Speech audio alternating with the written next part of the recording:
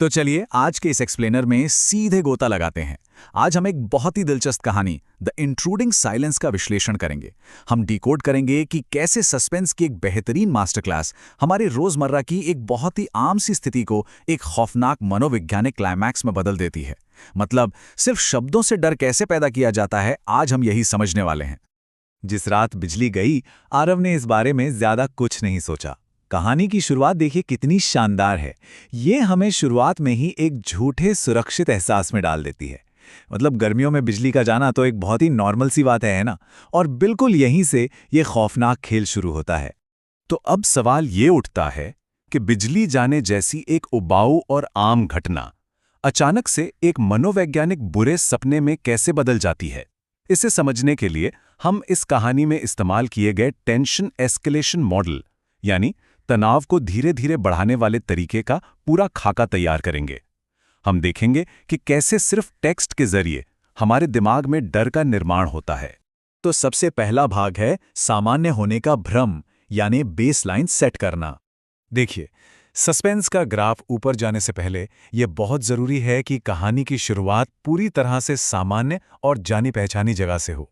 यहां हम sensory isolation का एक बेहतरीन उदाहरण देखते हैं। बाहर कीड़ों की धीमी भिनभिनाहट, बेडसाइड टेबल पर मोमबत्ती की टिमटिमाती लौ, ये सब मिलकर एक बहुत ही शांत और आरामदायक माहौल बनाते हैं। एक ऐसा सुकून भरा माहौल जो बस कुछ ही पलों में चकनाचूर होने वाला है। अब आते हैं अगले हिस्से पर, द ऑडिटरी इंट्रूजन यानी एक अजीब सी आवाज की दखलंदाजी। इस फेज की सबसे दिलचस्प बात यह है कि खतरे की शुरुआत किसी बड़े धमाके से नहीं होती, बल्कि एक बहुत ही हल्की सी असंगति से होती है। एक दस्तक, खटखटाहट, और खौफ इसलिए कई गुना बढ़ जाता है क्योंकि ये आवाज बाहर के दरवाजे से नहीं आ रही। ये घर की सारी सुरक्षा दीवारों को पार करके एकदम करीब से आ रही है, सीधा उसी कमरे के अंदर से। आपका सबसे सुरक्षित कोना अब महफूज नहीं रहा। कौन है मां? आरव इस बात को थोड़ा हंसकर टालने की कोशिश करता है, और ये चीज इंसानी मनोविज्ञान को बिल्कुल सटीक तरीके से पकड़ती है। हम इंसान हमेशा अनजान चीजों को लॉजिक के जरिए सही ठहराने की कोशिश करते हैं, है ना? हम अपने दिल को तसल्ली देना चाहते हैं कि सब कुछ ठीक है। और यहीं से शुरू होता है हमारा अगला भाग, अतार्किक चीजों को लॉजिक से समझाना, यानी तर्क बनाम डर। अब जरा देखिए कि कैसे ये कहानी लॉजिक और एक भयानक सच्चाई को आमने सामने खड़ा कर देती है। हम साफ देख सकते हैं कि कैसे हमारा दिमाग सुकून देने वाले स्पष्टीकरणों से चिपके रहने की कितनी सख्त कोशिश करता है। आरव सोचता है शायद कोई चूहा होगा या गर्मियों की वजह से लकड़ी फैल रही होगी। दिमाग की यही जद्दोजहद इस लॉजिक के टूट जाने को अंत में और भी ज्यादा भयानक बना देती है। खट। अब जरा ध्यान दीजिए कि यहां कहानी की रफ्तार कैसे बदल जाती है। ये बिल्कुल उस जानबूझकर की जा रही खटखटाहट की तरह ही धीमी और ठहरी हुई हो जाती है। खट। यहां आते आते वाक्य एकदम छोटे, तीखे और झटकेदार होने लगते हैं, बिल्कुल हमारी बढ़ती हुई दिल की धड़कन की तरह। खाट। अब ये कोई रैंडम शोर नहीं रह गया है। ये एक लयबद्ध, जानबूझकर बढ़ाया जा रहा खौफ है। एक ऐसा खौफ जिसका कोई बहुत ही स्पष्ट और डरावना मकसद है। आरव धड़कते दिल के साथ उठता है, भारी कदमों से चलता है और अलमारी के हैंडल की तरफ हाथ बढ़ाता है।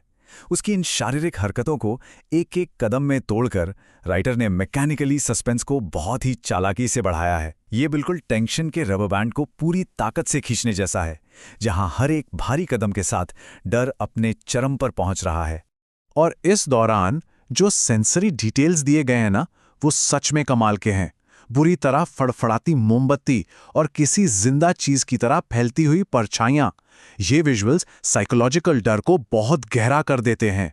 और फिर अचानक से वो खटखटाहट बंद हो जाती है, एकदम सन्नाटा। ये सन्नाटा एक मास्टर क्लास माइक्रोक्लिफ हैंगर का काम करता है। हम अपनी सांसें रोकने पर मजबूर हो जाते हैं क्योंकि आरव अलमारी का दरवाजा झटके से खोलने से ठीक पहले थोड़ा हिचकिचाता है। आखिर उस अंधेरे में क्या इंतजार कर रहा है? अब हम आते हैं द फॉल्स रिलीफ पर, यानी उम्मीदों को चकनाचूर करना।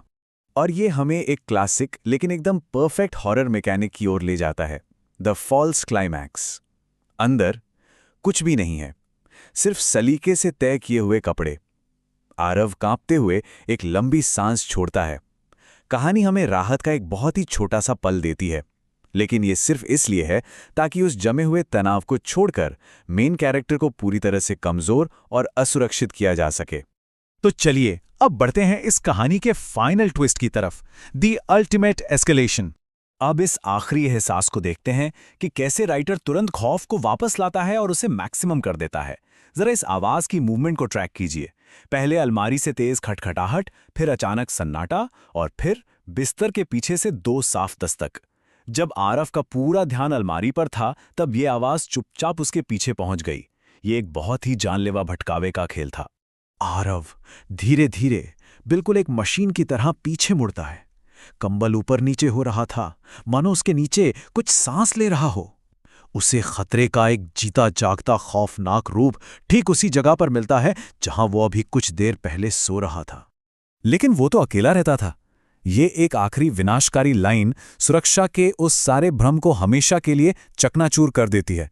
ये बुरे सपने को एक खौफनाक हकीकत में बदल देती है, जहां अब कोई लॉजिक, कोई तर्क काम नहीं आने वाला।